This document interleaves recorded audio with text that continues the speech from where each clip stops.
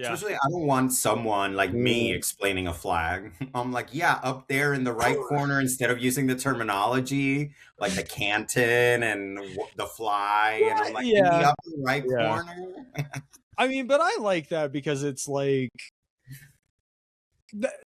if you're not already super into flags and you somehow stumble upon this, which I don't know what the odds of that are, probably not great, but yeah, top My right probably students. helps you more than upper fly if you're My students, and good new. thing I haven't even gotten my flag class because I'm assigning your podcast as part of the weekly, assignments. So I'm like ready for this flag class to help you with those views. Oh, They're gonna go, you're gonna be like, what the heck?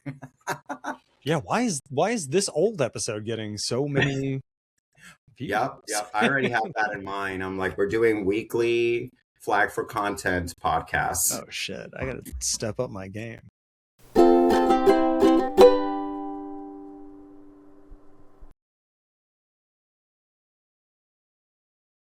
We've got flags and banners, and if you mind your manners, we might even get to standards and what they represent. So just take my voice's hand and we'll both try to understand how this Vexillo-Geography podcast could be flagged for content.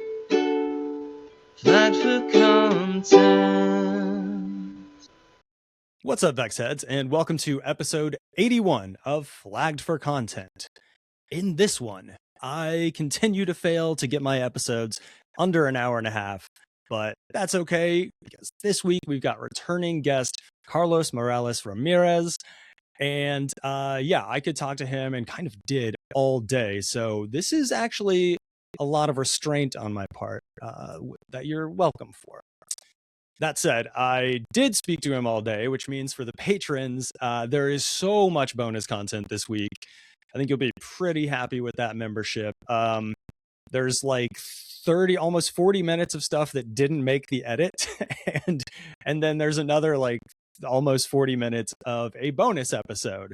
So and if you are not on the Patreon yet, this is a great week to do it because not only all that stuff, but at this point, we've got a pretty sizable back catalog for you to work through. So yeah, that'll take you a little bit of time. All that's over at patreon.com/flagged for content, all spelled out. And as always, Flagged for Content is brought to you by Flags for Good. Flags for Good, the official flag maker for the Indianapolis Motor Speedway. That's right. And that's relatively new. Very exciting. They've got the current and a retro IMS flag over there. They're like officially licensed and all that fun stuff. So my boy Michael he's doing all right. Anyway, when you pick up any of their flags, whether they're those ones or not, you can use code flagged for content for like the number at checkout. Get yourself 10% off and help your favorite flag podcast make a little scratch as well. I think that is it for the intro, so let's go on and dive headfirst into the episode that asks, ¿Por qué no Carlos dos? Vex heads, we've got a familiar face on the show this week. You know him as a researcher of stars, stripes, and spatial thinking. You know him as your favorite geographer's favorite vexillologist, and I have the pleasure of knowing him as a close personal friend. It's Dr. Carlos Morales-Ramírez! That is awesome. Great introduction as usual. Yeah, I think we got Starting off the top, trying to make me cry here. Like, I am happy to call you a friend too, Andy. Yes. It's I love recording every single episode of this show, but it's always like it's something special when you have a friend on that you've chatted with a bunch before. I agree. The vibe, the mood, Which is why we have to make sure that we stay on track and yes, like specifically on topic, no swearing, no dilly-dallying, nothing like that. Yes. Speaking of dilly-dallying, how you doing? I am keeping busy doing a lot of different things. I'm sure we're going to talk a little bit about research, but definitely a ton of research to look forward to, especially with vexillology. Ooh, a lot of data to analyze. So Yeah. just keeping busy per usual. How are things on your side? Uh yeah, busy pretty much covers it. Yeah, I've got I think like 2 episodes banked at this point that I've got to edit. I've Nice. got actual work, I've got other life things, like I've got improv workshops, I've got Oh, look at you, improv. That's so cool. busy. Yeah. Yes, and I also wanted to bring back a mini segment that we haven't had on the show for a while. And that is just Carlos, what are you drinking today? I am drinking something special all the way from Puerto Rico. So actually, my cousin got me this and I love it. Of course, we're going to talk about Puerto Rico in this episode. So I A little figured bit. I should be on theme. What are you having? Yes. Well, I am enjoying the most natural of beers, a natural light. Oh, But I've got nice. it in a koozie from Michael Green's wedding. Oh my God, they gave that out. That's so Yeah, these cool. were their little wedding gifts. So uh, Nice. thanks to Flags for Good, use code Flagged for Content at checkout for 10% off. And Great flags, by the yeah, way. I have bought many of their flags. The quality is insane for the price, too. Like, I've been telling everyone that I know that needs a flag, I'm like, go to Flags for Good. it's true. I will say they're my favorite flags to iron. I don't know what it is, like just the material or whatever it Yeah. is. Oh, They it's really iron good. out so easily without like me being afraid of burning it or smearing colors or like anything like that, which Yes, that's always has important. happened with other ones. Oh, no. Yeah. I was just about to say not a paid ad, but they technically are a sponsor, so I don't know. Whatever. Anyway, Flags for Good. Which this Puerto Rico flag is as well. And this shirt. Oh, and the shirt, We got too. a Oh, lot that's going on. so Yeah. cool with their logo. Their Tennessee one.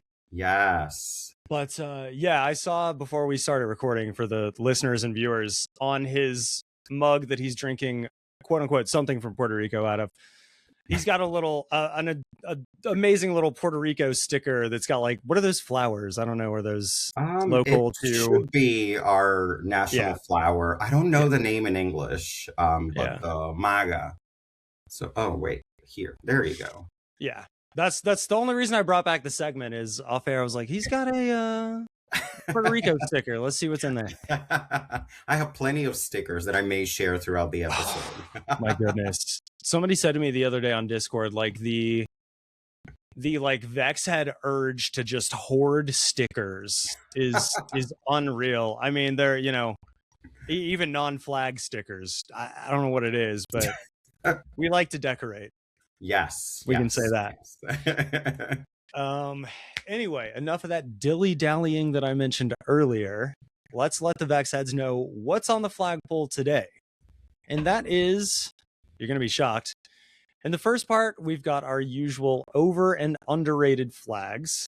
After the break, we're going to chat about maps on flags, which is going to be the main topic of this, using a couple articles of Carlos's.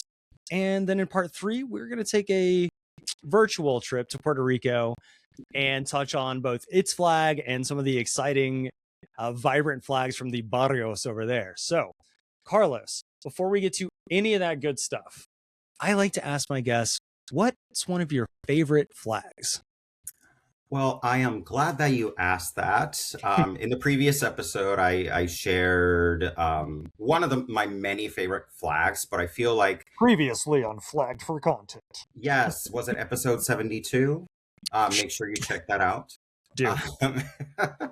And all of the Flag for Content Of course. episodes. They're usually really good. Good guests. Usually. But I figure I would give a shout out to the flag of my hometown. We talked a little bit about it in the previous episode, but it's definitely one of my favorite flags. It's behind you. For the listeners, it has red on the upper right corner, wavy band diagonally, cutting across the flag diagonally, and then it's green in the lower left part. I always have to think about my right and lefts, make sure I get them right. I feel like it accomplishes everything that a flag should accomplish. Yeah. Not that it was created thinking about the flag principles or the flag design principles that we know, but I think it follows them really, really well. Very distinctive. A listener pointed out that there is a similar flag out there. And of course, the colors, you can find them in the flag of Mexico, for example. But for the most part, it's a very solid design that when you see it and you know the town, you're like, yes, that is San Sebastian. Yeah. So that's definitely one of my favorite flags, not only because it's my hometown, of course, Right. where I'm from in Puerto Rico, but design-wise, I think it's great. Yeah. Oh, It sticker it number one. I did have a sticker. Oh, nice. Okay, yeah, perfect. Well, that means yeah, just hold it up for the next like 5 minutes. No, I'm just kidding. There you go. That way I don't have to. It saves me like 2 seconds putting it on screen. Inserting it, yeah. Yeah. No, but yeah, the viewers can see in the background, and this specific one in the background was a gift from my close personal friend Carlos. Dr. Carlos Morales-Ramírez Oh no, you already introduced me as doctor. We can keep at using Nava. Carlos. Yeah, all right.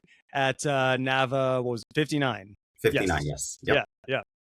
Yeah, because we had talked about it not, I guess, like weeks prior, maybe a month or so prior, and then you gifted it to me, which you. Yes, I was like, here is me manifesting being on your podcast again. And if I am ever invited again, please make sure that you have the flag up there. right. So yeah, I think I mentioned at the time, but it was definitely a bribe and a successful one. There you go. It At works. that, yeah. Now you know, vexillologists out there. Yeah.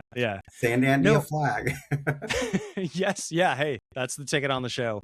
It's not that little thing on the link tree that I always tell people to fill in. That's a red herring.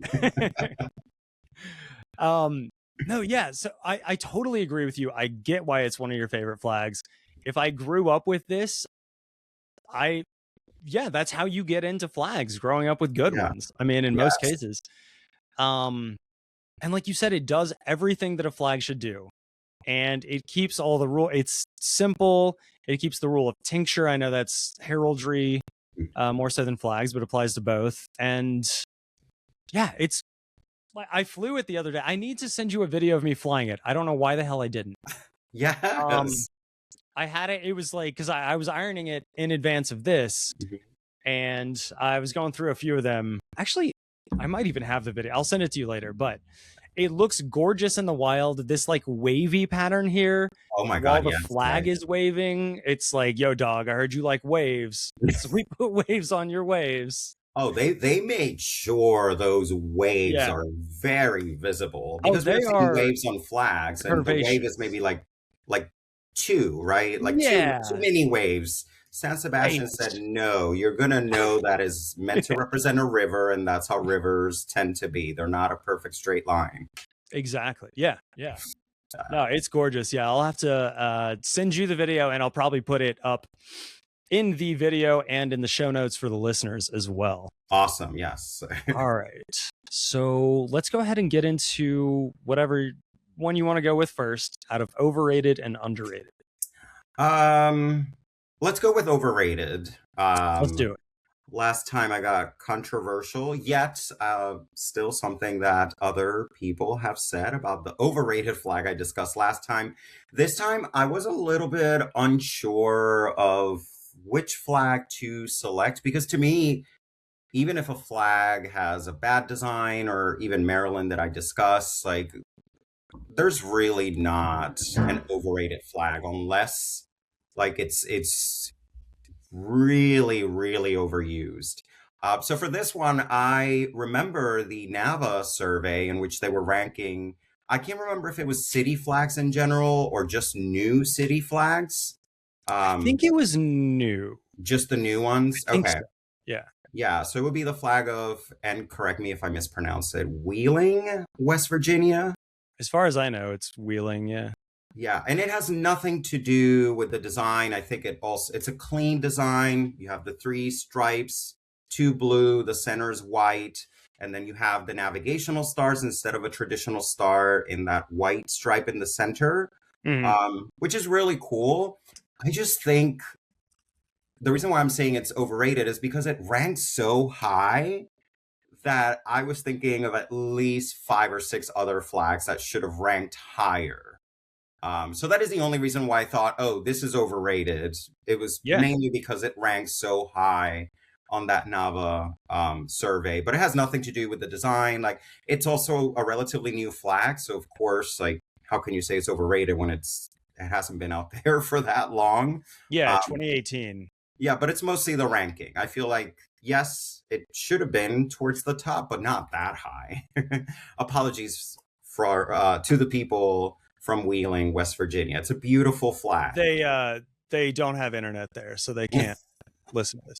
That was the only reason. I couldn't really think of any overrated flag. Yeah, no. First off, solidarity with West Virginia. It's a beautiful state that's been just completely ruined by the government. Anyway, yes, totally. This is what I like talking about when we talk about overrated, is flags that are not necessarily, they're not bad. They just get a little bit more shine than they deserve, and the guest's opinion. And in this case, in my opinion as well, I agree with you. I think overrated is the best term for this one.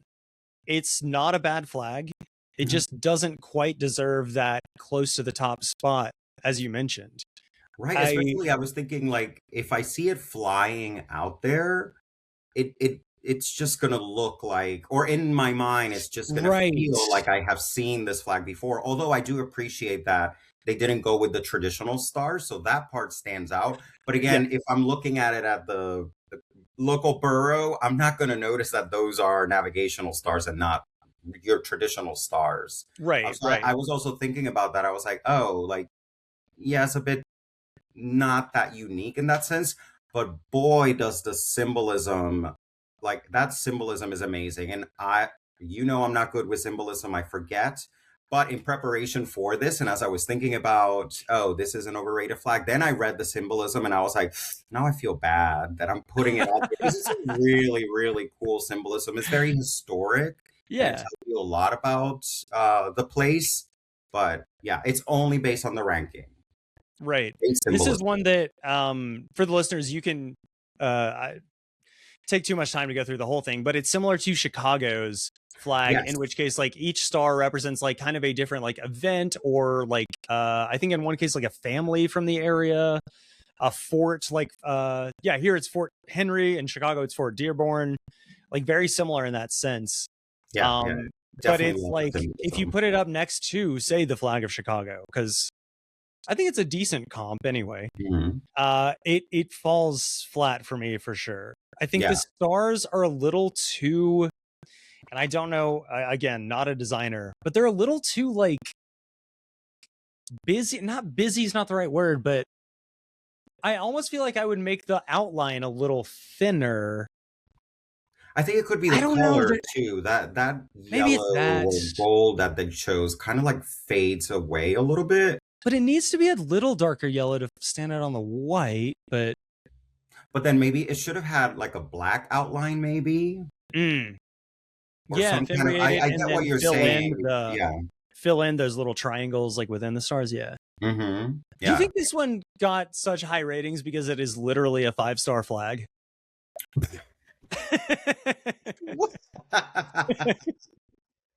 I mean, that was a good one. That's exactly why, Andy. This is the kind of, come to Nava trivia nights. Yes, please. It's so much fun, and Andy does a great job with those. You want more like this. Andy and guest, because I think, was it Wilson that helped you? Or oh man, I'm terrible with people's names, but we discussed this off air as well. Oh my god, yes. Here I am trying to give a shout out to someone else, and Will, I think Will Levis. Yeah, Will. There you go. I was close. Yeah, he actually took the game into his classroom, I think, and I think he mentioned that. Yeah, really cool. Very cool. 5-star reviews. I think are going to be in. No, it's the other game that's going to be in the next Vexillum. It's the one Port Drapeau instead of Portmanteau. I mix up the colors with the design of the flag. Yeah, I don't know, whatever. Wow. Look at you. Anyway. You're going to be a published vexillologist soon. I love it. I guess technically, I don't know if the games section, like, which I think is going to It's be like still a new section publication. that I'm going to try and head up. It's I don't know still if any of this publication. is, yeah. I don't know if any of this is like set in stone completely, other than the fact that game will be in the next one. But maybe I'm like manifesting it here now. Yes, I was going to say you're manifesting. If I say it, it has to be, yeah. Yes, it will happen. All right, man. Let's get into your underrated. Underrated. I was surprised this flag received some love in a previous episode. Shout out Yes. to Adib. And I did write down episode 70. Check out Adib's episode. Yeah, I'll link to it here. The flag of Kiribati.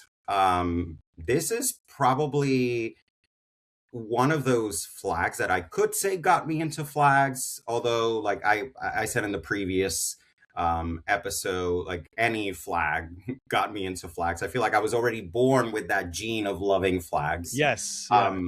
But when I was thinking of underrated, I try to go similar to last time, like national flags. And I was like, oh, Kiribati.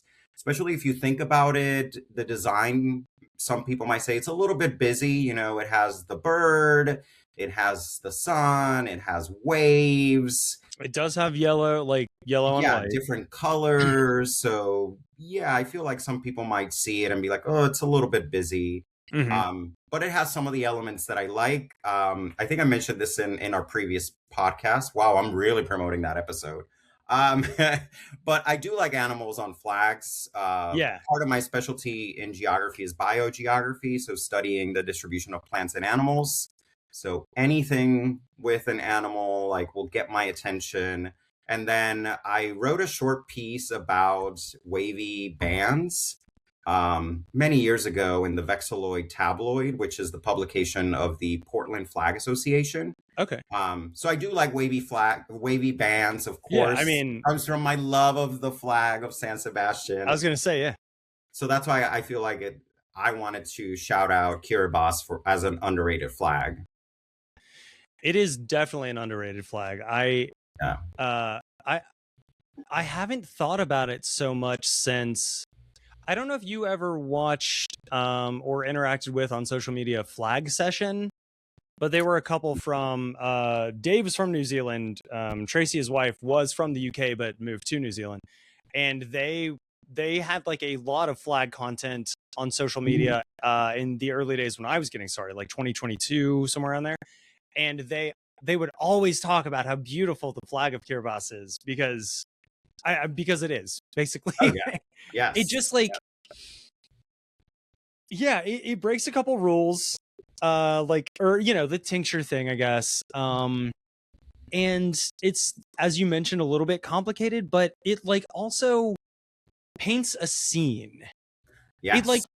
It paints a scene of a place that I want to go to. Yeah. Oh my gosh, yes. And I'm not a beach person. Yeah.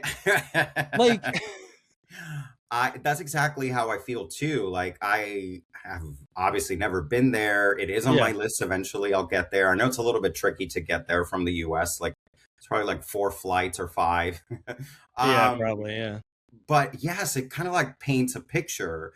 I don't need to know the symbolism to know, oh, this is a place that I should visit just looking at that flag design. Right. So yeah, I totally get what you're saying. That's an excellent way to put it. Like, you don't need to know the symbolism to know a lot about the place. Like, you can assume that it's an island based on this.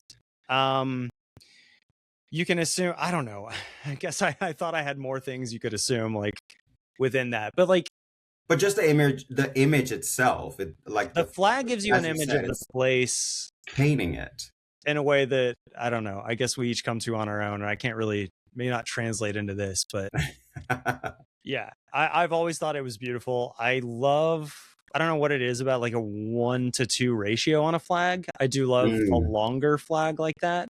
And I think the length of this one serves it well with the waves kind of being outstretched a little. It needed it, yes. Yeah, I think if it was a little bit more in, it almost makes it like claustrophobic, for lack of a better word. Like you need the ocean to be broad because it is like vast. Yes.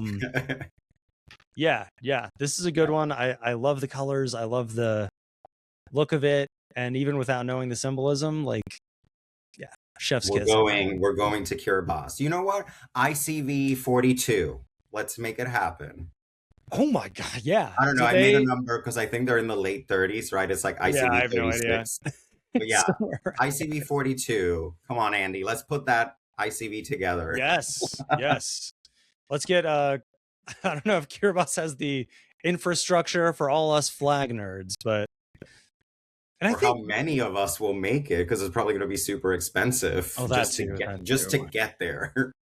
Yeah. Gosh, the Paris one is expensive enough. Like, are you going to that, by the way? Yes, I submitted a proposal. Yes, if it gets accepted, I will be sharing some of the many data I said I have to analyze. That's what I'm hoping to present there. I only have my flight, so because of that, it's so expensive. I'm like, right. Yeah. But yeah, I booked I've got to figure out a way to make that work. Because like right now, it's like a 20% chance I'm going to get to go. Mostly just based on, like cost of it alone. Like, hey, ICV people, organizers, if you're listening, what's with the like 400 plus euro? Like it was a lot cheaper in Ljubljana. Anyway, it's Paris too, so I know. Well, yeah, but which means it doesn't matter. It doesn't matter. Anyway, Vexheads, sponsor Andy so he can make it to Paris. Send me all your money. Get me to Paris one way or another. Sign up to the Patreon. I'm going to do my best because I know Tareth Peacock from last episode 2 episodes ago, as the viewers and listeners listen to him, and Frederic, the Norwegian guy, as you called him off air. Don't call me out like that. No, I'm sorry. I think you would love that. They're both going to be there, at least for part of it. And then, if you're going to be there, I think Michael Green is going to try and make it. I got to make that. Anyway. Yes. All right, Carlos, let's take an ad break. That way I can get some money from these sponsors, make it a little bit more likely that I'm going there. Yes. And we'll be right back and get into kind of the bulk of this, which I'm very excited for. Awesome. Let's do it. All right. We'll be right back.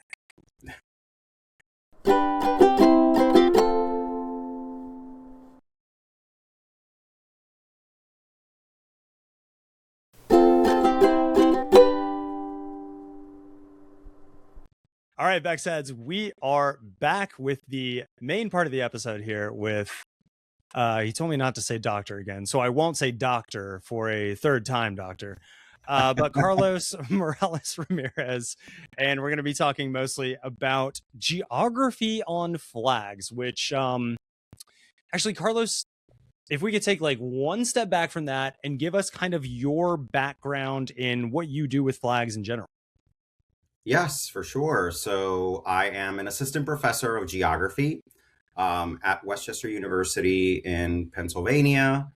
All my degrees are in geography. I've been obsessed with geography since whenever I remember. Like I started with, and I shared this in the previous episode, with the social studies book, just going to the atlas. I loved looking at where places were, the capitals, languages, flags, anything about the countries I was always interested in. And that's how I found my way to geography. And then at a very early age, I knew I wanted to teach geography, but maybe not at the K-12 level, more at the university level, because that way I could teach other topics than just like either world geography or introduction to geography. I could get more creative. Right. And within geography, I knew I wanted to do something with animals.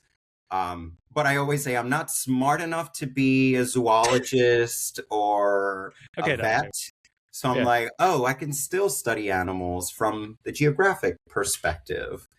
So that's what kind of got me into obviously pursuing my academic career so I could get my PhD and eventually teach, which is what I currently do. In addition to teaching courses, I advise students. I work with master's students on their master's thesis or projects. Research is a big component, as you know from the previous episode, and what Andy and I have been talking about and will talk about. Oh yeah. And then from there is where I made the connection of geography and flags Right. Yeah. through my research. Okay. So yeah. So it's kind of just a like you said, as we talked about on your previous episode, and as I've talked about on plenty of previous episodes, they do go really well hand in hand. Geography and flags. A lot of us get into, I've told the story a million times, but like sitting on the floor with my atlas, learning the Yes. capitals and flags and stuff like that. Like the Venn diagram of like people who watch and listen to this show is like, yeah, it's almost a circle between flags and geography. Not quite, but almost. So like, I imagine it was the same for you. Like when you had the idea to start looking up geography on flags, was it kind of just a no-brainer? You were like, I don't know. I guess like, how did that topic specifically come to you in this professional setting?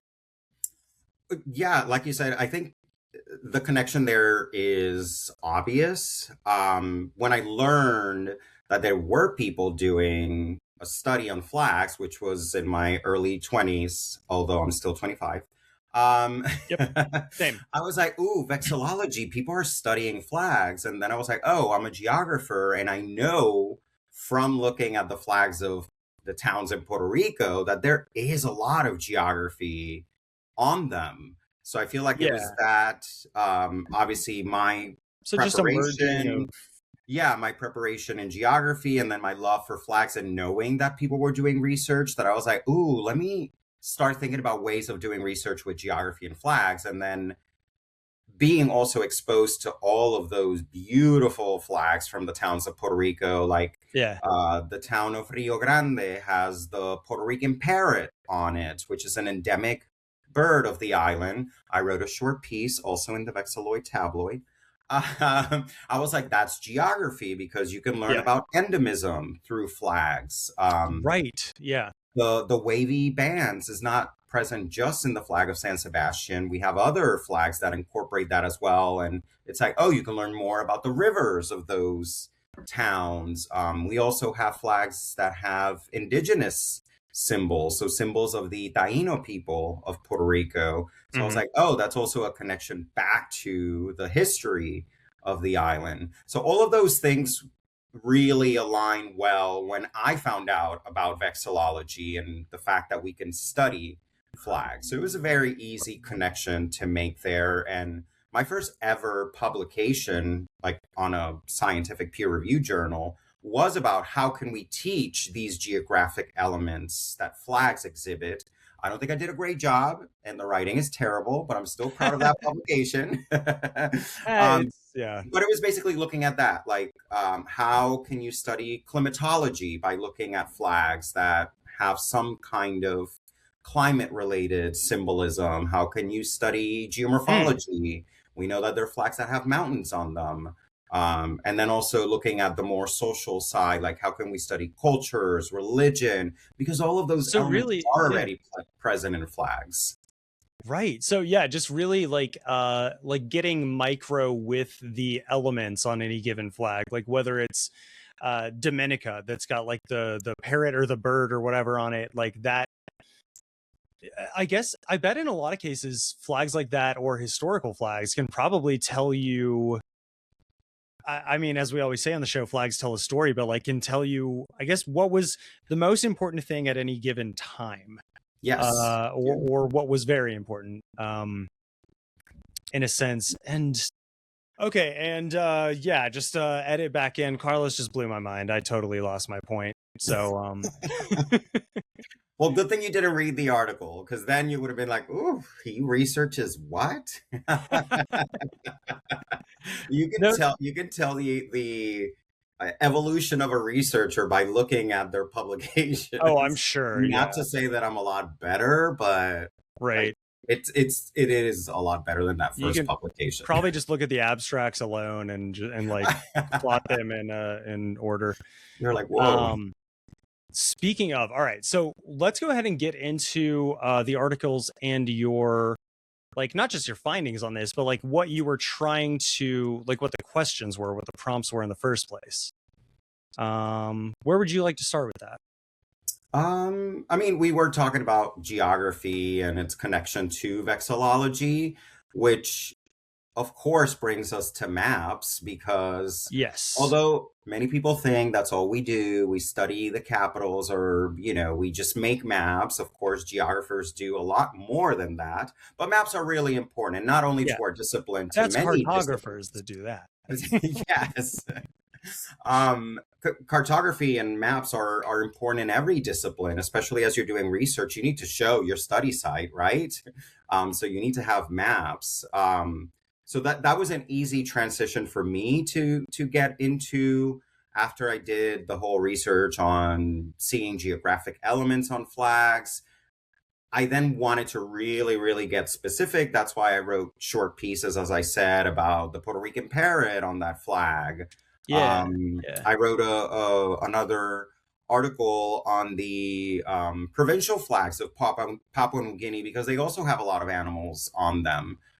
So I started getting more specific, and then maps became its own area of research. And I just started looking at flags that had maps on them at the national level. We have Kosovo, which is one of my favorite flags. I mentioned that in the previous episode as well. Right. Christmas Island is another favorite flag of mine, and it has the shape of the island, Christmas Island, a territory of Australia. Yeah. And Cyprus, like those are the three at a more national level that you see. But then when you start looking at the subnational level, states, cities, you Yeah. start to incorporate maps even more. So that's when I Right. was like, And for different reasons too. yes, Yeah. yes. So I literally wanted to see that. Like, what is the reason of incorporating maps on flags? So that's what got me to that line of research, which someone in 2007 coined as cartographic vexillology. Yeah.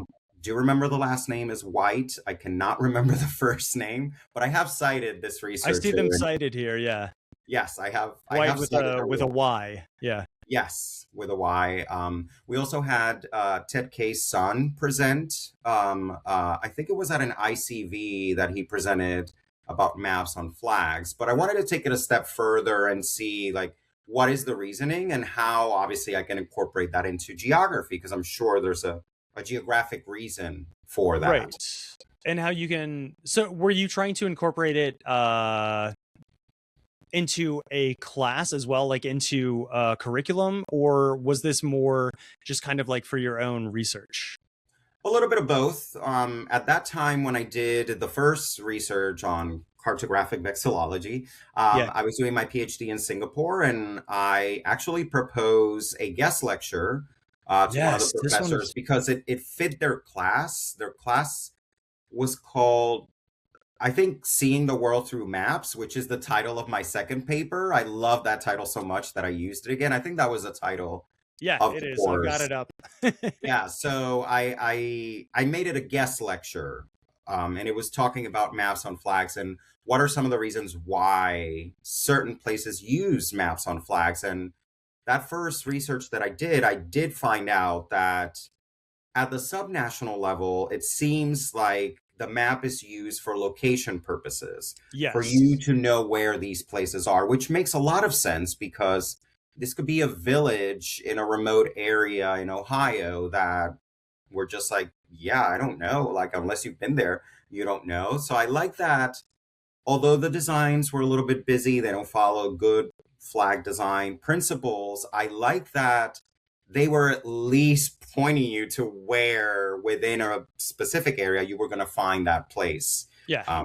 So a lot of it seemed to be related to location. And I say seem to be because, as you know, and as some of the viewers and listeners know, sometimes there's not an official symbolism of these very subnational, more less known flags. So I found a lot of that. Like I couldn't find in many of these flag designs why they incorporated a map, but it was obvious from the design what they were trying to do with the map. Right. Okay. Yeah, that makes sense. Yeah. Let's go over the reasons. So like, I think we may have mentioned it last time, or probably both. I've mentioned it on other episodes as well. A frequent guest, Tareth, is from Cyprus, even though he's British. But on a national level, it's just Kosovo and Cyprus, correct? Yes. On a strictly national level, if we're not counting Christmas Island and dependencies and things. I think in both of those cases, it's because of like territorial disputes and things like that. I am not good with symbolism, so I do not recall, but it makes perfect sense for those two places to use a map. In the case of Cyprus, their political situation is very well known. It's been happening for years now. So the fact that they chose a plain white background, which is usually attributed to peace and related symbolisms, and they even have like the little olive like branches or whatever. The shape of the island. I think to me that's knowing the political situation of Cyprus, that's a very strong visual symbolism of unity, or at least them wanting that unity. And of course, there is a reason for that. We can find the symbolism. But just at a first glance, looking at how they use the map, that's immediately what comes to mind. For Kosovo, the first thing that comes to mind is recognition. They're still not fully recognized. So to me, whenever I see that flag, it's them telling us, this is us. We are no one else. This is Kosovo. This is the territory we're claiming. It looks like this, and there are 6. I don't know if the like bonnets or whatever, like the 6 stars are for their 6 at the top, counties, which I think are like bonnets. But so those two, like that's how I see it. And then from there, you can start seeing similar things in other flags, like the whole unity that I mentioned with Cyprus. You can see it whenever North and South Korea compete in like Olympic Games as just Korea. They use the Korean unifying flag. I think that's what it's called. That just has a plain white background with the shape of the entire peninsula, so both North and South Korea. So that's another example of how you can use maps on flags to symbolize that unity, or trying to establish that unity. So that's definitely a strong symbolism and a strong way of incorporating a map onto a flag. Let's get into if you don't mind, like the paper that had that title you said, Seeing the World Through Maps. I know the Korea Unity flag was one of the ones that you used as a question, or I don't know what the correct wording would be, but like was one of the ones used during the survey. Among, what was it, Bangladesh? Yeah, the historical one of Bangladesh. A few other. So okay, so just walk us through, like, give us the short version of the abstract and the findings on this one. So that one, I actually did an activity with students after my guest lecture. It was a 2-part, but the other part was not related. The other part was more having them design the flag of their country and tell me the symbolism. But for this one, I wanted to see if they could identify places by the shape of the map. So I gave them a several-part survey. So yes, you can call them questions. I call them questions too. And can I ask really quick, what are these students of? Like, what is their major or equivalent?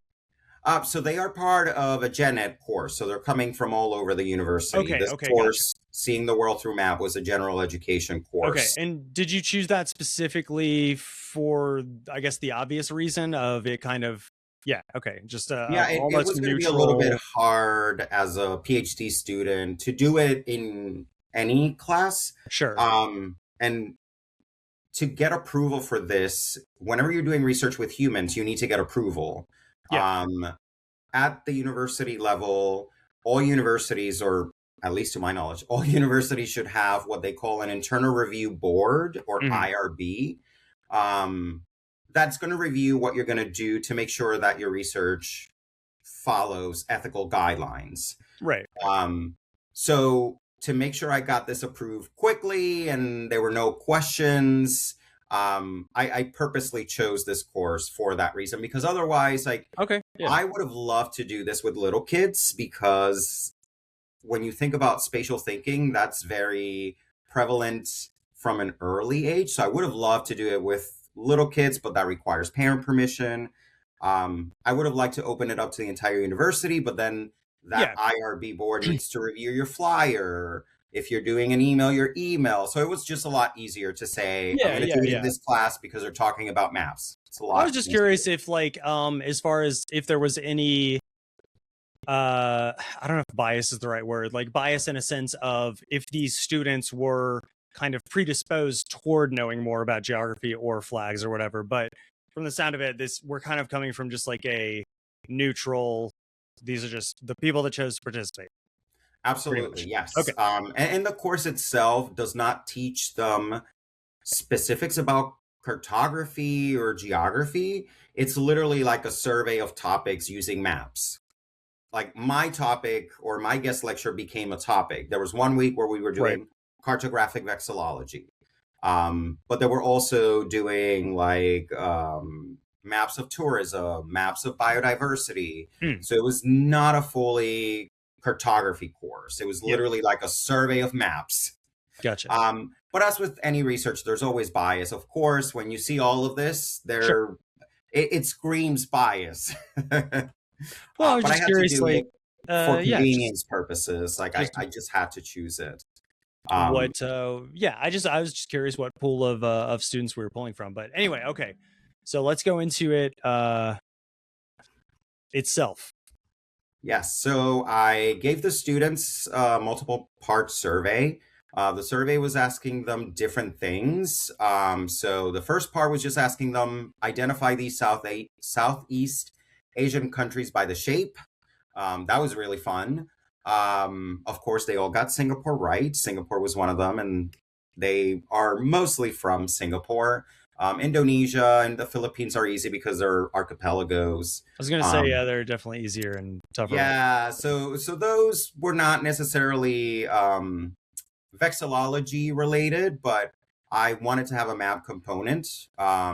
Then I asked them to look at the historic flag of Bangladesh that has the map on it and tell me what country was that flag from, and what part of the flag told them or gave them the hint that that was a country. Oh, okay. So whether it was colored map, or in this case, maybe just the outline, or Yes. Because this map, this historic flag is essentially the current flag of Bangladesh, just with the map of Bangladesh in that center circle. Yeah, Alan Hardy and I talked about this one on his. Yes. So I can't recall the exact results because this is a few years back, but I do remember the few students, or the students that got it correctly, mentioned the flag and not the map, which tells you that at least they can recognize the flag of Bangladesh. Then another question was asking them about the Korean unification flag. That one was interesting. I thought a lot more students would get that right just because of geography, close proximity, maybe exposure when obviously the flag is being used. There was another question that was very interesting because I gave them two flags with maps on them. One of them had what I call stylized map, which means it's more geometric. It doesn't have like those wavy areas that sometimes a map has. And it was from a prefecture in Japan. Yeah, Aomori or something? Yes. Yeah. I gave them that one, and then I gave them a flag of the Philippines. And I thought I had the manuscript up, and I can't find it. I'm literally clicking everywhere in my computer, and I can't find it. Romblon Province, Philippines. There you go. Yes, that sounds familiar. And I just wanted to know if they would go with the Philippine flag because it wasn't stylized, it wasn't geometric, it looked Mhm. more imperfect like a map usually looks like, or if they would say the Japanese prefecture or both. So they had the option one, the other, or both.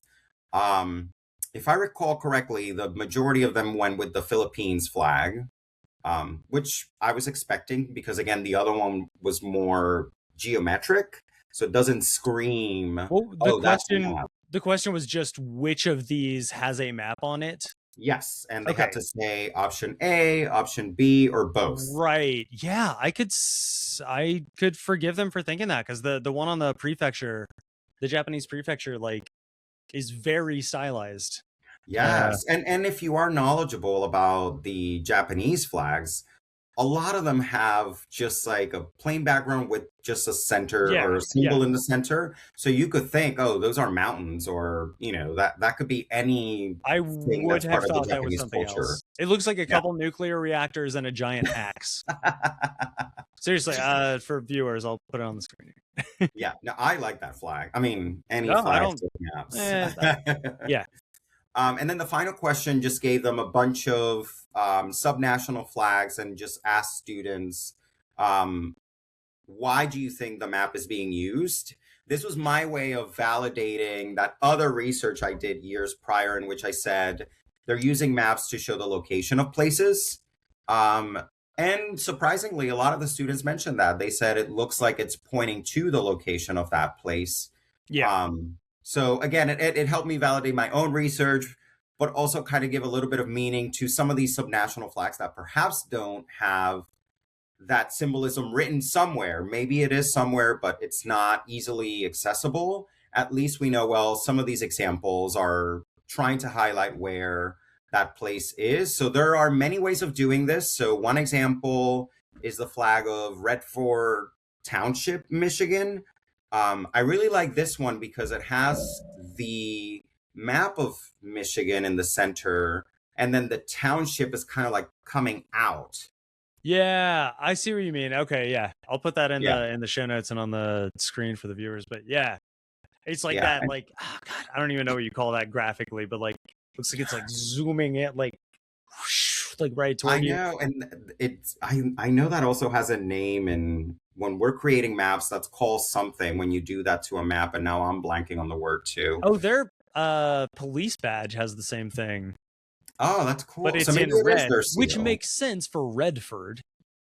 Oh, there you go. I Uh wasn't even thinking about I'll put that. that up on the screen and in the notes too, just cause. But yeah. Yeah.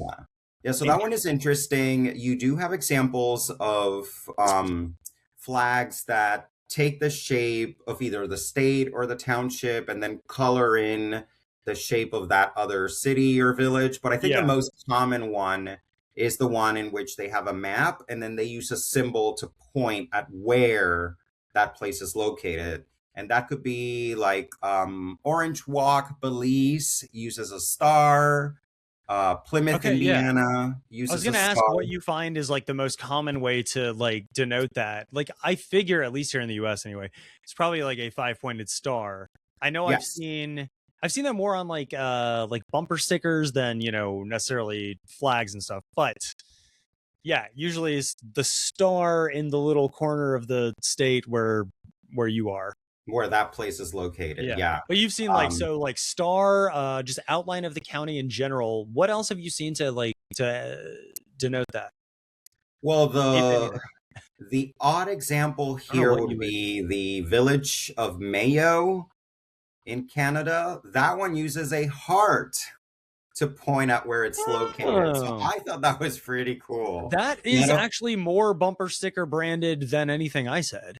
yes, I loved it when I saw the heart. Because I was like, not only are they telling you where this is, they're telling you how important it is with a heart. Not just a Oh, I star, see it. it's a heart. Heart of the Yukon. Oh well, yeah. Goes along Yes. with Heart So of the Yukon, I guess. That works. yeah, so Very cool. that's some examples. You do have examples that also kind of like stylize the shape similar to the Japanese prefecture. So there's a Claiborne parish in Louisiana that does that. That it is taking the shape of the map, but it's removing those not straight lines. So it may look like it could be something else. So there's definitely a few examples, not too common, but there are some examples in which they actually stylize, make those lines a bit sharper. Yeah, that makes sense. I can send 2 episodes ago, as the listeners and viewers get to this one, I will have talked about a bunch of Tennessee county flags, and they almost invariably, I don't know what it is about like the county level, but like we've been talking about, but they almost invariably have the county outline on them. And which I don't mind. I think it's smart. Like, this is where you are. I don't mind You don't like it? I would. Let's get into it. It seems like there could be something better. Like, well, here's the thing. Of course, yes. Yes. I mean, like, 1, yeah, I can just say that all day. But like 2, a lot of U.S. counties, maybe that's not even true. The county that I live in has such a weird, dumb shape that does not lend itself well to a flag or to, we're in election season, like local election season. And there's a bunch of like signs out for, local candidates. And again, invariably, a lot of them have the county outline in the background. The Hamilton County like sheriff has it, because I think most sheriff departments probably have whatever their county thing is, but I don't know. It's just, can you look up like Hamilton County, Tennessee flag? Yes, I was going to ask you, what is the name of the sorry. so I can look it up. Oh, now we're in the way of my screen. But it's just like, because we're on the Georgia border. Okay, I guess ours is technically a little stylized if you go to the CRW version of it, which I think is accurate. I think I've seen that one. But yeah, Hamilton County, Tennessee. Okay, no. All right, there's one on Wikimedia Commons that's a little less stylized, but I don't know. It's just such a dumb shape. Like I said, we have the Georgia border directly to our south, so that one's just like a straight line. Yep. And then I don't know. I guess like the rest of it's somewhat interesting, but like maybe I feel like that would be a shape that could turn into like one of those prefecture Japanese flags. Because you are right. It's like a little bit. Like, how do you stylize it without it becoming like just a square? Yeah. I don't know. I mean, it has a flat bottom and a flat like upper left side. You can maybe work with. Yeah. I don't know. I mean, I would say if you're creating a flag for your county and you want to incorporate the map, I fully support it. All right. Fair enough. Don't stylize it though. It might just depend on the county in question. But yeah, so many of these Tennessee flags, I was talking with Tareth about it, but like they're based on the Tennessee flag, which I like. I think it's a cool idea to kind of theme them. Yes. Yep. But then it's like the Tennessee flag, basically a color field, usually red, sometimes it's blue. If it's blue, they'll swap out the fly stripe for red. So basically just invert the colors. And then there'll be like a central circular element that's usually the county seal that usually has the county outline in the middle. Or it may not even be circular element. It may just be the outline of the county in the middle with some words or whatever. But I don't know. I just want to. I feel like in that case, they missed an opportunity, because in that case, since you are already using the Tennessee flag as a base, I feel like in that case, the map is not needed, because the flag is already telling me this must be a place in Tennessee. This is a Tennessee county. Yeah, or a Tennessee place. But then again, it does require you to also know the flag of Tennessee. So right. It's like, but no, I'm not saying let's go out and put maps on all the flags. No, I know. Look at that beautiful flag of San Sebastian behind Andy. Like, it doesn't need the map. It doesn't. But it has a geographical feature. Yes. Instead of, just I don't know. I guess that's like to linger on. Let it out, Andy. Tell me how wrong I am for liking. What bugs me is like when you put the when you put like the shape of your country or your county or, whatever it is. That to me just screams there's nothing more interesting about us. Like, we're this shape. You know what? I thought that's, or maybe you were going there, and then of course we kept talking. But I thought you were going that route with why the map, it's not necessarily the best thing to have, because I agree.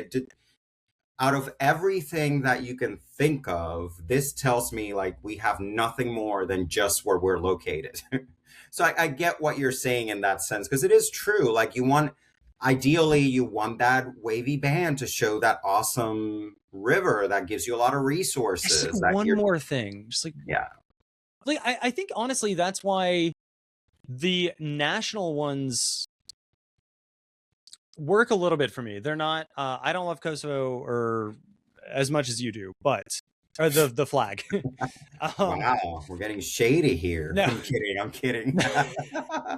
No, but like I think those national flags work because it's the outline, and then like for Cyprus it's the the laurel wreaths or the olive, whatever it is under it. And then for Kosovo it's the stars at the top. Like, I don't know. Yeah. I guess you could come right back and argue that from what I just said, the Tennessee ones are that with the stripe on the side. That is a separate design element, but for some reason it does less for me. In that sense, I just I don't know. That is the beauty of our line of research, because as many individuals I've also pointed out, those quote unquote flag design principles are not necessarily set in stone. There are exceptions. And at the end of the day, the flag has so much more meaning that, maybe we don't love that the name is on it, but maybe that symbolism really carries it through for you to say, actually, I kind of like that flag because of that symbolism. And I can't recall if it was someone on your podcast that was talking about that, or I read it somewhere, someone that you're said asking the wrong person. I don't remember any of these. Not focusing on the symbolism. Yeah. No. Wait, not focusing on the symbolism and instead on what? Or no, you should, sorry. See, we're getting distracted here, but I was talking over you for most of that. Not focusing on the design principles and more on the symbolism.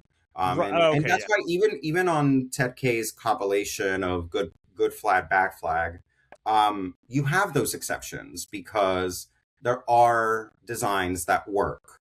So, it's just a matter of preference. Pretty sure I'm probably one of the few that is going to be like, yay, maps on flags. Yeah, you probably are, but that's like what makes it interesting, Yeah. The flag distributors are not going to be happy, so... And you might change a couple people's minds, honestly. Like, that's... No, for real. Let's have a discussion. Yeah. What if, all right, so like national, subnational, whatever, what is your favorite flag with a map on it, other than, because you're going to say Kosovo, other than that one? No, I have another one. Oh, you do have one that's like more than that. Yes, as I mentioned, and you guys need to look up the flags of the towns of Puerto Rico, because we have a little bit of everything. Right. We do have one flag that has a map that I think it's beautiful. So it's the flag of Culebra, Puerto Rico, which is a town that's actually its own island. So Puerto Rico has 76 towns within the main big island, and then we have 2 islands close to that main island that are towns as well. And I may even have that flag. Carlos?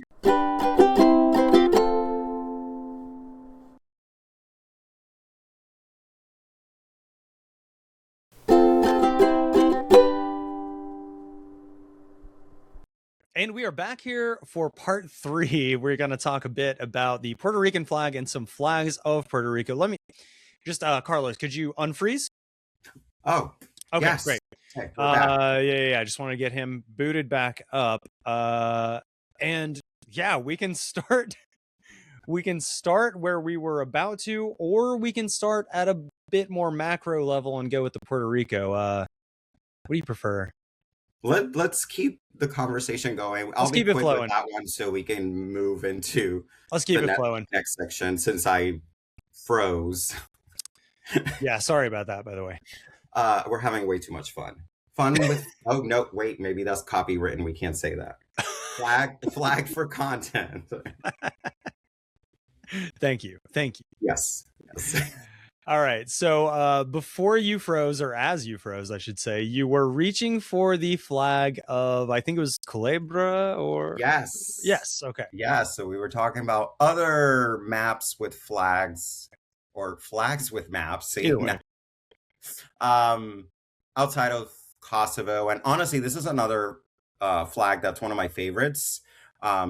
So Culebra is a town, one of the 78 towns in Puerto Rico, but it's an island outside of the big or main island of Puerto Rico. So that's the shape of the island. And I think honestly, Okay. for reproducing it, they do a good job because it has a very, very wavy outline. Right. That's not the easiest shape to. Yes. And I don't know where I got this flag from, but it's actually good quality too. I was going to say the stitching colors. Looks really nice on that. Yeah. Yeah. I love the colors too. Yellow is my second favorite color, and I think it goes great with green. And they don't overdo it. Obviously, the map in itself is a lot. But I think they figure it's going to be a lot, so maybe let's not do anything else but the map. Right, yeah. We don't need to add any stars or any other symbols, stripes, like anything like that, yeah. And I imagine, like, it's pretty recognizable. Oh, yes. And similar to any municipal or town flag in Puerto Rico, we are proud of these. So you will see it fly outside of like your typical office building or borough hall or anything like that, or city hall. Like, we definitely fly these. And I think actually this may be from Culebra now that I'm thinking about it. I probably bought it when I went there. Cool. Yeah, because it's looking very worn in the back. Oh yeah. So yeah, like I was saying in the previous part, any flag of the towns of Puerto Rico, it's probably going to have something that we can study at a macro level, like the wavy bands. I've already talked about all of that. Animals, maps, you name it. Yeah. Are there any oh gosh, what's the frog that's like native to Coqui? Yeah, coqui. Are there any flags with the coqui on them? Not the coqui, but I think one of the flags that has a Taino symbol could be the coqui. Okay. I can't remember. There's three or four that have indigenous symbol. I know one or two are the Taino sun, but I can't recall if the other two are the coqui. But the actual coqui itself, no. There's no flag with the actual coqui. It could be a Taino symbol or version of it, but not the actual coqui. See, we have 78, so I'm sorry to the listeners and viewers that I'm being a bad Puerto Rican because I don't remember all of them. Oh no, no. 78 is like, we have 98 counties in Tennessee, and Tennessee is a lot bigger than Puerto Rico. And I know barrios and counties are different, but like but still, if you think about it that way, it's still hard to, like, it's not like I'm gonna remember all 98 in Tennessee. You can't remember all 78 in Puerto Rico. Like, that's totally fair. I've got a map pulled up now with like the flags overlaid on the political boundaries of the barrios, and it is a lot. That's 78 to fit in like that size of a territory is a lot. Right. Yeah, and I see Culebra off on the side there. And then you have Vieques is the other island. Yes, Vieques I've been to. They have a nice flag too. Yeah, I don't. If I saw it there, it didn't register, and I feel like it would have, because that was well before I started the show. But it was. I've been a Vex head in some sense since I was a kid. So yeah, I don't know how many of the Vieques ones. I might have to go back through old pictures or something, see if I have any of that. Yeah, that one Vieques could be one of those towns that maybe doesn't have too many, and it could be because in the past, like, it had a lot of military presence from the U.S. So like literally only the middle part of the island was where residents and visitors could go to, and then the other parts were occupied. Because I know the east side of the island was just military exercises and Yeah, because I was trying to think. I went to Vieques, I think in 2019, and yeah, I'm trying to think if I saw the flag a lot, and I can't recall. Um, but other than that, most of the towns do fly their flag a lot. There's a few where when you're driving into the town, they So that, have like the flag just like on the street. okay, this is exactly what my next question was going to be, because I know, like, I've seen, for example, like the border in Scotland between Mm, Caithness and Sutherland. I've only looked this up because those are two of my favorite flags. But like mm. on the border, on the road, like they have both flags like on either side of the border line. So Oh, that's cool. similar kind of Yes, thing. yeah, Like yeah, they're yeah. very like proud of them and like, Oh you know, yeah, yeah. Some towns more than others. I always said my town is a little bit in the middle because I remember again growing up, I would see the flag a lot, and they taught us the flag in school. Like, I think that's when I became obsessed with it. yeah, But fair. then you do have that one or two towns that it's like, yeah, only at the equivalent of a city hall and whatnot. But for the most part, you do see them. Right. Right. Okay, cool. Before we get into any more of the, sorry, I gotta like, Hydrate. yeah, I gotta like wet my lips before I roll my R's. I don't know why. Like earlier in the episode, I said barrio with one R. I I mean, I know it I has. was trying not to judge you, I but know, and your face didn't even betray you. But oh like, my God, did I judge you with my no, no, face? no. That's what I'm Okay, saying. You okay. didn't. But like in my mind, I was like, all right, you hit that with one R. You got to hit it with two next time. Like, No, I'm not going anyway, to judge you for that. before we get into the barrio flags, that was maybe three. Uh, Damn. let's get into the Puerto Rican flag in general, because especially as it's come back into the kind of like mainstream conscious right now with Bad Bunny's performance at the Super Bowl, everything like that, and a little change that we're going to talk about, or a little bit of a difference there with what he carried. So, um, can you kind of give us a rundown as far as the Puerto Rican flag goes? I understand there are three different blues that people tend to use. Can you kind of give us like a brief little bit of a breakdown on what those are and why and who uses them? Yeah, so the original blue is the one that is currently back as the quote unquote official one. Right. As many people may know, the flags of Cuba and Puerto Rico were kind of, This one. yes, that one. They were, I think, made at the same time, or Cuba was first, and then Puerto Rico had its version. It was around the time in which both islands were in that process of trying to be independent. Um, so technically, it should be a blue that mirrors the blue of the Cuban flag. Right. However, in all of the codes, the Puerto Rican codes for the flag, the legal codes, it does not mention what the shade of blue is, which Yeah. is why has been a conversation actually for many years. It Right. just comes and goes. Yeah, So because when it's not codified, it you can interpret it however, yeah. you can legally interpret it however the document in question says. Yeah. Yeah, so there was a point, and I am not that good with history, but there was a point that we either had a governor, the governor is the highest political body in Puerto Rico. Mhm.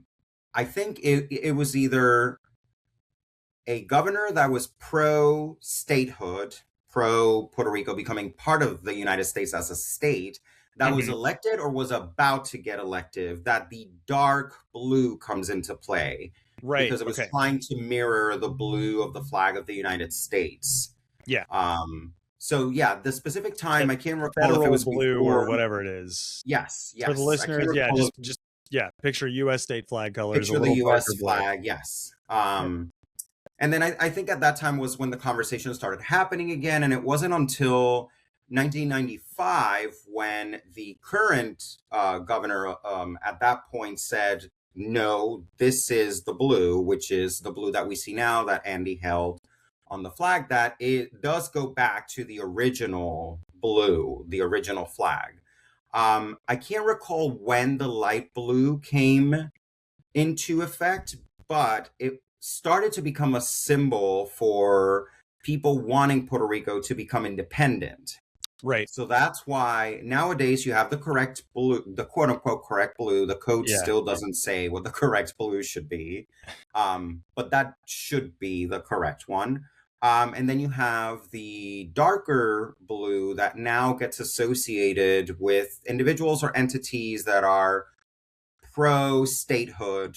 You know, they want Puerto Rico to become a state of the United States, not just a commonwealth or territory. And then the light blue has become associated with individuals or entities that are pro-independence, Puerto Rico detaching itself completely from any colonial ties to the U.S., which is the one that you have in the background. So Andy in the background has the one with the light blue that is now associated with independence. One second. We have a visitor. Okay, sorry for that brief dog break. But yes, so you just went over the 3 different colors and like kind of what they mean, who they're used by. So I guess the answer is kind of obvious given that, but like walk us through the importance of the Super Bowl halftime show with Bad Bunny, like to you, to you personally. What did it mean to have him waving the, what is it called? Like azul celeste or like sky blue, I think. Yeah, that would be the correct translation. I think so. Okay. So I'm not, I think actually Puerto Ricans will probably say azul cielo. Okay. Yeah, I think that's sky blue, how we literally would sky say blue. it, but I don't think it's incorrect how you're saying it. I was just trying to think if we use azul celeste as well. But either way, yes, that color, it's still correct. I'm very interested in learning how it's actually used as well. But okay, so what did that mean like to you as a Puerto Rican when he waved that flag specifically? Well, that's very interesting because I was so overwhelmed in a good way with everything that was happening that I did not notice that he was flying that flag. Right, there was a lot going on. Yeah, there were so many things to pick up on. Yeah. So at first I was just overwhelmed. I was crying because of all the cultural symbolisms that he incorporated, that I did not notice that until afterwards, where I actually went online just to make sure I didn't miss some of the symbolisms because it was just so much. So yeah, at first, no reaction because I didn't notice. I was just seeing the flag of where I'm from. So I was like, oh my God, that's beautiful. And then all the other flags started coming around. And I'm like, as a vexillology, that's like, yes, emotion overload. Oh my God. Can I just briefly, like, I love so much God bless America. And then like just all the flags of actual America, like North and South America, like, oh, that was, that was cool. No, that was, I'm trying not to swear because we want to show this to your students, but yeah. No, but that's cool. I know we're jumping basically to the end of his performance, but I thought that was the part that I understood his reasoning the most. And it was interesting because as I went to check all the symbolisms to make sure I didn't miss anything, a lot of people of the articles that I was reading was saying how he incorrectly said the Americas and then started naming countries. And in my mind, I was like, no, he purposely said America as in the American continent. Right. And that's why he was naming those countries. So it was interesting that some people thought, oh, he incorrectly said America and then named countries that are not America. I'm like, that was not what was happening, or at least I like he thought about this ahead of time. Yes, I think he was definitely purposefully throwing that out there because of all the other things that are going on. As us here in the US know, and probably people around the world know. But yeah, after I read about it, I was like, whoa, that was so clever for him to do, because it instantly made people talk, to the point that I was approached by ABC News London to talk about this. Oh, I didn't know it was the London Bureau. Okay. Yes. I mean, I was quoted in an article that I feel like it was just ABC News, but the person that contacted me was from ABC News London. Right. Okay. So I was like, okay, he knew what he was doing when he brought this version of the flag. He knew it was going to bring the conversation back up because, like I said, the color blue of our flag has been a topic of conversation a lot. Right. So yeah, it was, not a lot of flags have that. Yeah. Yeah, it was perfect. I don't know outside of this if this was a message also to say, I am going to fight for Puerto Rico's independence, but I think it was clever because he knew it was going to get people talking and he knew it was going to put our flag out there to the world. Yeah. Which happened. Again, I was, when I saw ABC News London, I was like, mean, wow, they reached out to you. Yeah. They know about this. So this Very is cool. This is really cool. So I'm not either here or there when it comes to the use of the lighter blue, the correct blue, or the navy blue. I know the implications that each of these have. And I like to see more when people use it to relay a message or a point of view the way that he did it. Yes. So I would have felt the same way if he would have used the darker shade of blue, regardless of my the ideology. Dark, or like the kind of medium? No, like the dark, the one that's more pro. You would have felt the same? Like the same way in the sense of this is their point of view. This is their way of non-verbally expressing something, whatever it is that they want to express. In that sense, that's what if I wasn't clear, that's what I meant. Like in that sense, I would have been like, wow, that was a clever use of this flag without getting too political, because while of course it got everyone talking, at the same time, not everyone is actually going to know, oh, what is this whole blue thing? Like, what does it matter? It's still blue. So in that sense, whatever shade was used, even if I think he should have used the black and white version of the flag, I think that would have sent an even stronger message. But I feel like that could have been a little bit more on the dangerous side. See, yeah, I have actually thought a lot about that, and obviously I'm not from there, don't have the ties that you do, but like, yeah, I wanted to come out with like some kind of like video, like TikTok video or something, like explaining kind of like the blues, like just in a brief, like 60-second window or whatever. And I was going to bring up that black and white one. I think I even like reached out to you via text. I didn't end up making that video just due to like time constraints and a few other things. But like, yeah, when I was kind of like writing up the script for what I would have said during that, I was of the opinion, and I think still am, that the sky blue is a better, revolutionary is not the right word, but like a better kind of like protest flag, I guess, than the black and white one, because of exactly what you just said. Like that might be going like a step too far. That might step too far even feels weird to say, but like it might turn some people just completely off, instead of making people a little bit more curious to find out, okay, what's that all about, and then doing more work and research into it.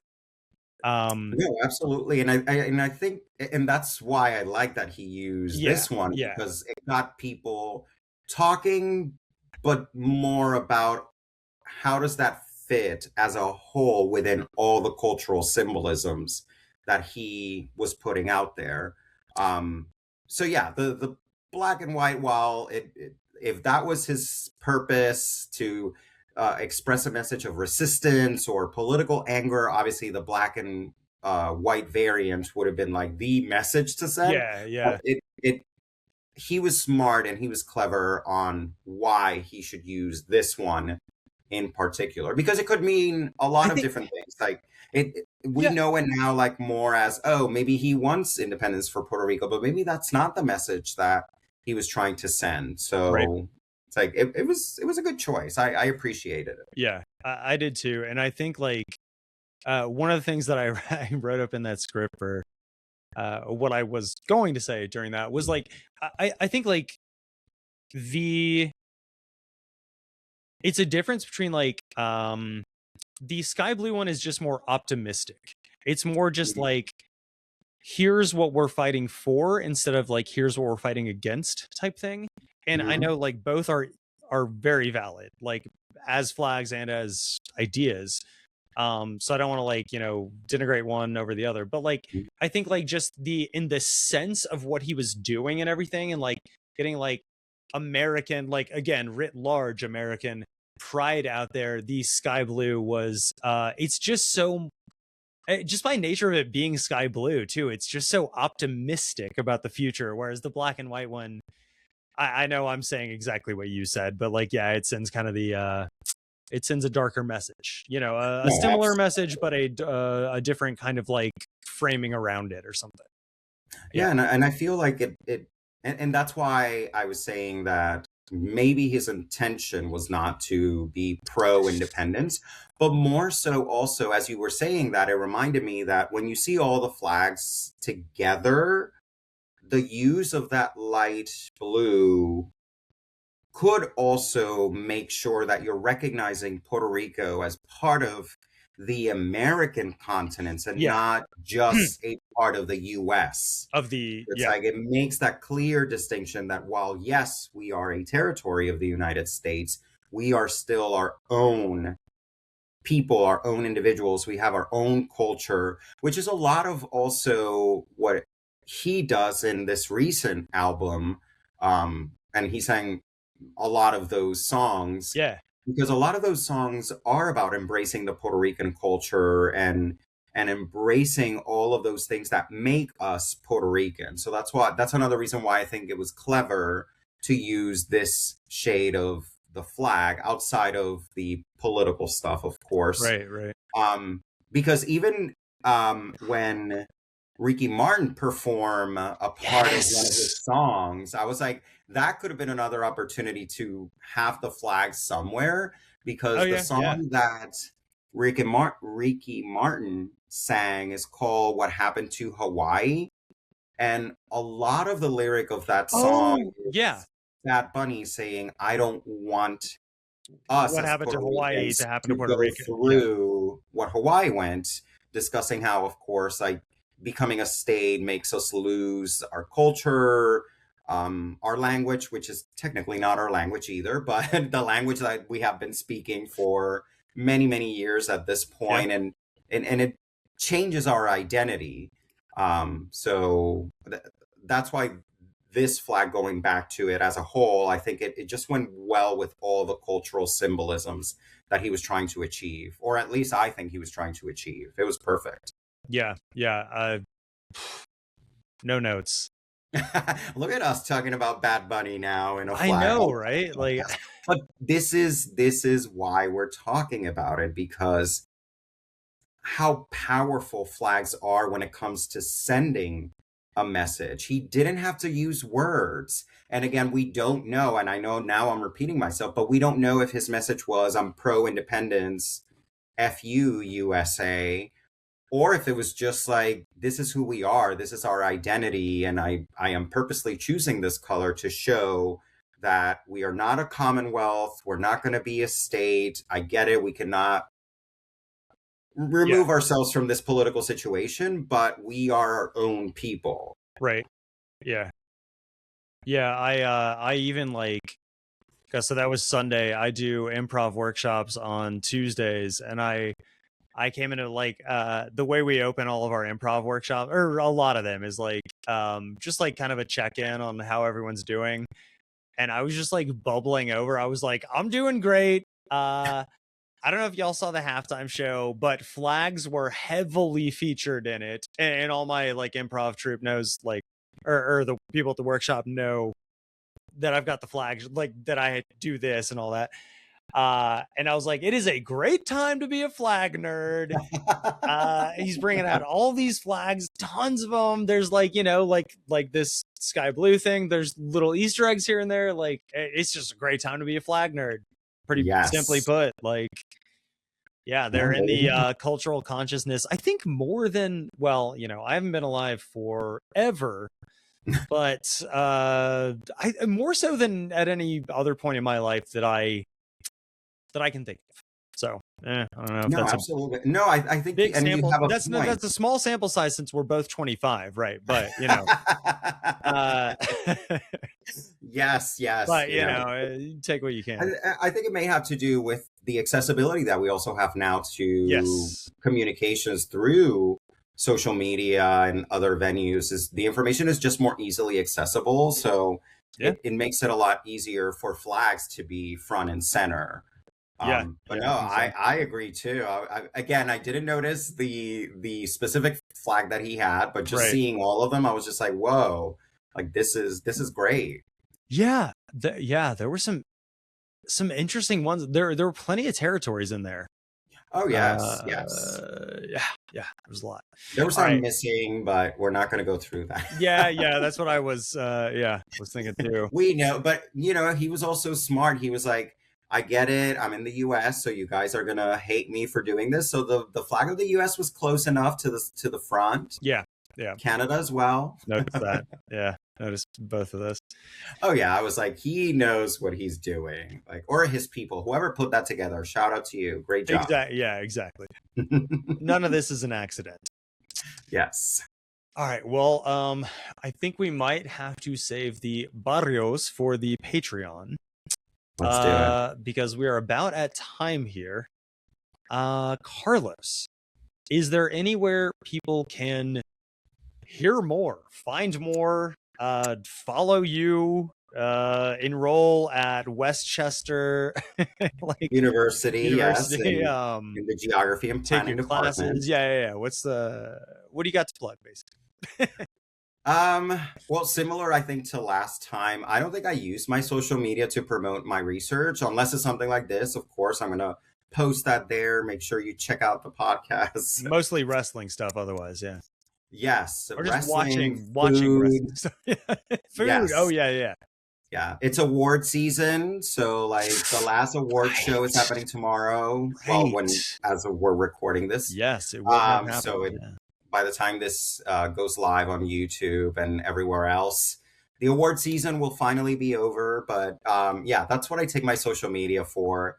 I tried at one point to make it professional because I know like professors use like Twitter or X, whatever we call it now. We call it Twitter in this house. I'm bad at promoting myself in that way, and I've gotten better with LinkedIn. But even that, I think I post once a month or something. But anyway, if you want to follow anything I do, I feel like the easiest thing is to just type my name in Google and maybe flags.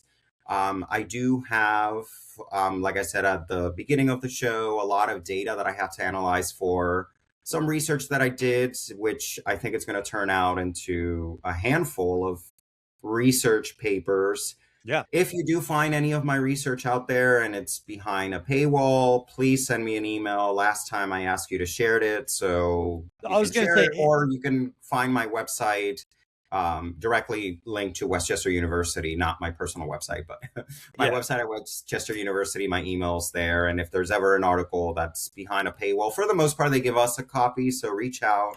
Yeah. I was going to say, in the spirit of that, getting over the paywall type thing, I assume you don't mind if I link both of the studies. One, we didn't quite get a chance to, but if people want to look over in the show notes, do you mind if I link those down there? Yeah. Okay, cool. Perfect. So yeah, for listeners, viewers, go check out the notes kind of in the description below, and we will have both those studies for you to read over as well. Yeah, I think as far as the show's plugs, you know where to find us. It's here. If it's not here, you can find it on Linktree. It's just linktree.com/flagged for content, all spelled out. That is, as I mentioned earlier, you can request to be a guest. You can request to see a guest. And you can just reach out for, if you want your funny little plug at the top of the show. If you want me to say like, it's the only show that whatever, Insert hit me up plug there. Yes. Yeah. Because I'm running out of ideas, so I need you guys. It's episode 80. Help Andy out. He needs to go to ICV and he needs plugs. Please help me out. Yes, as Carlos mentioned off air, and I should mention on air, also check out the Patreon, because that is where we're going to be talking about these Barrios flags. And there's plenty more. Like, there's a big back catalog at this point of bonus content as well. So Yes. I think that pretty much closes us up. And Carlos, you've been here before. You know I always lose my notes on how to close the show. Of Do you have course. any single possible way to get us out of here? Of course, Andy. You know I'm going to tell you to keep exploring the world one flag at a time. Perfect. Oh, fantastic advice. Thanks you, Vex Heads. Thanks you, Carlos. Keep exploring those flags one at a time. I screwed it up, but y'all, catch you on the fly side. You can do it again. We can do it again if you want. I think it's good. I think it fits with the feel of the episode. Flag for Content is proud to be sponsored by Flags for Good. Go to flagsforgood.com for more information. Flag for Content is hosted, produced, edited, occasionally written, and always nitpicked over by me, Andy Richardson. Catch you all on the fly side, Vex Heads.